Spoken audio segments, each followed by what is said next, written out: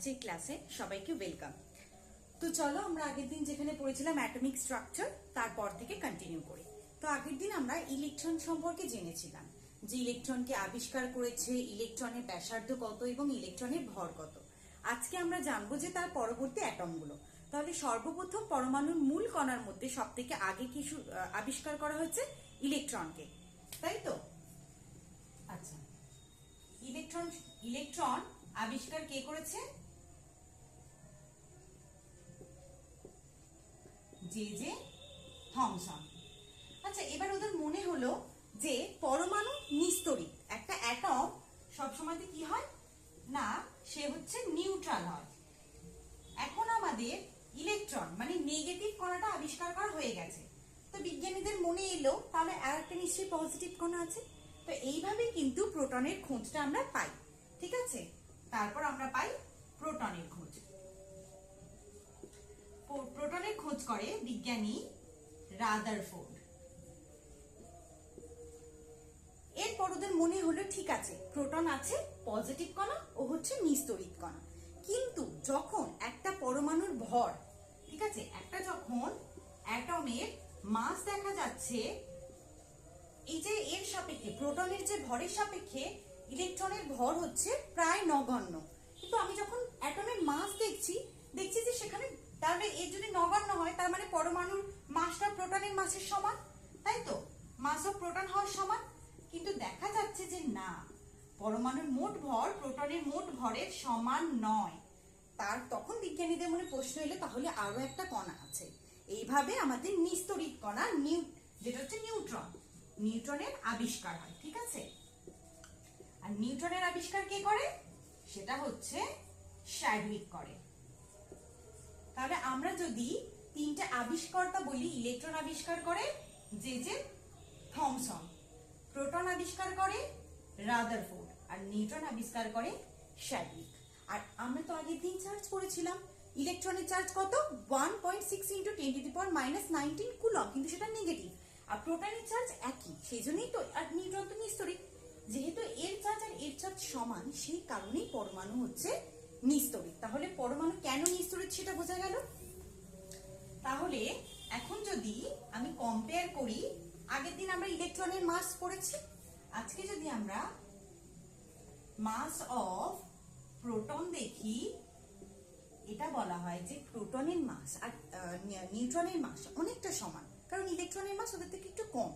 কিন্তু যদি কেউ জিজ্ঞাসা করে যে পুরোপুরি কি সমান, পুরোপুরি কিন্তু সমান নয়, কারণ মাস অফ প্রোটন হচ্ছে 1.6725 ইন্টু 10⁻⁻24 গ্রাম, যেখানে মাস অফ নিউট্রন হচ্ছে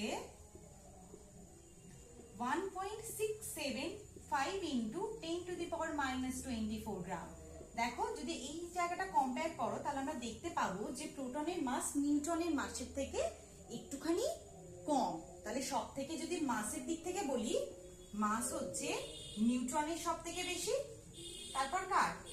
তারপর মাস অফ প্রোটন, তারপর হচ্ছে মাস অফ ইলেকট্রন।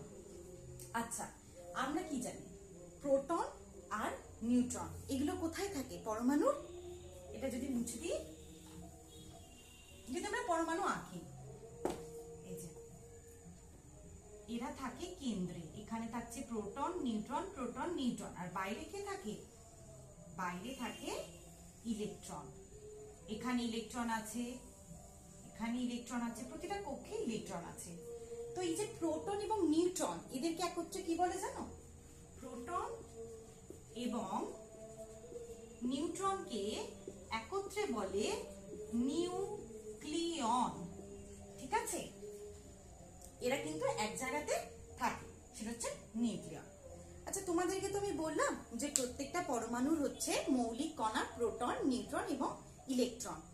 এরকম তাহলে একটা নাম তোমাদের জন্য কমেন্টে অবশ্যই জানাবে যে এরকম একটা মৌলের পরমাণুর নাম যার ক্ষেত্রে নিউট্রন নেই। আমি কোয়েশ্চেনটা লিখে দিচ্ছি যে পরমাণু যেখানে নিউট্রন নেই। এই কোয়েশ্চেনটা আনসার তোমরা কমেন্টে জানাবে। আচ্ছা, আর একটা জিনিস দেখবে এখানে, যেখানে প্রোটন নিউট্রন আছে তো এদের মধ্যে এই তো প্লাস চার্জ প্রোটন আর নিউট্রন তো নিস্তড়িৎ, কি করে ওরা দুজনে এক জায়গায় আছে? কেন ওরা একে অপরকে বিকর্ষণ করে দূরে ঠেলে দিল না? যদি একজন পজিটিভ একজন নেগেটিভ হতো তাহলে ওরা চিপকে থাকতো, একসাথে বাঁধনে থাকতো। যেমন আমরা জানি যে বিপরীতধর্মী চার্জ পরস্পরকে আকর্ষণ করে, কিন্তু এদের চার্জ তো একজনের প্লাস একজনের নেগেটিভ, কিছুই নেই, নিস্তড়িৎ। তাহলে ওরা কিসের জন্য একে অপরের সাথে আছে? এখানে যে ফোর্সটা কাজ করে তাকে বলছে নিউক্লিয়ার অ্যাট্রাকটিভ ফোর্স বা নিউক্লিয় শক্তি। সেই শক্তিটা কিন্তু এখানে আছে। কেন? কারণ এই যে শক্তিটা সেটা খুব কম দূরত্বের মধ্যে কাজ করে। মানে এখানে যে ব্যাসার্ধটা সেটা হচ্ছে 10⁻⁻13 সেন্টিমিটার, ঠিক আছে? আর যদি আমি পুরো পরমাণুর ব্যাসার্ধ দেখতে যাই বা ব্যাস দেখতে চাই, সেটা 10⁻⁸ তো এই নিউক্লিয় অ্যাট্রাকটিভ ফোর্সের কাজ হচ্ছে যে ও খুব কম জায়গার মধ্যে কাজ করে, একটু দূরে চলে গেলেও আর কাজ করবে না, তাই জন্য ক্ষুদ্র পরিসরের মধ্যে কাজ করে এবং এদেরকে একত্রে বেঁধে রাখে, ঠিক আছে? তো এই ছিল আজকে আমাদের ক্লাস। আপাতত তোমরা কমেন্টে এই কোয়েশ্চেনের আনসারটা জানাবে। আর এখন অবধি আমরা জানতে পেরেছি নিউট্রন, প্রোটন, ইলেকট্রন কাকে বলে, যেগুলো করবে অবশ্যই এটা পরীক্ষাতে আসে। তাদের মাস কখনো কখনো জিজ্ঞাসা করে যে তিনটের মধ্যে কোন পরমাণুর ভর সব থেকে বেশি, ঠিক আছে? এবং এই পরমাণু যেখানে নিউট্রন নেই, এটা একদম মোস্ট ওয়ান্টেড কোয়েশ্চেন, এই কোয়েশ্চেনটাও কিন্তু আসে। দেখা হচ্ছে পরের ক্লাসে, ততক্ষণ অবধি সুস্থ থাকো, ভালো থাকো এবং দেখতে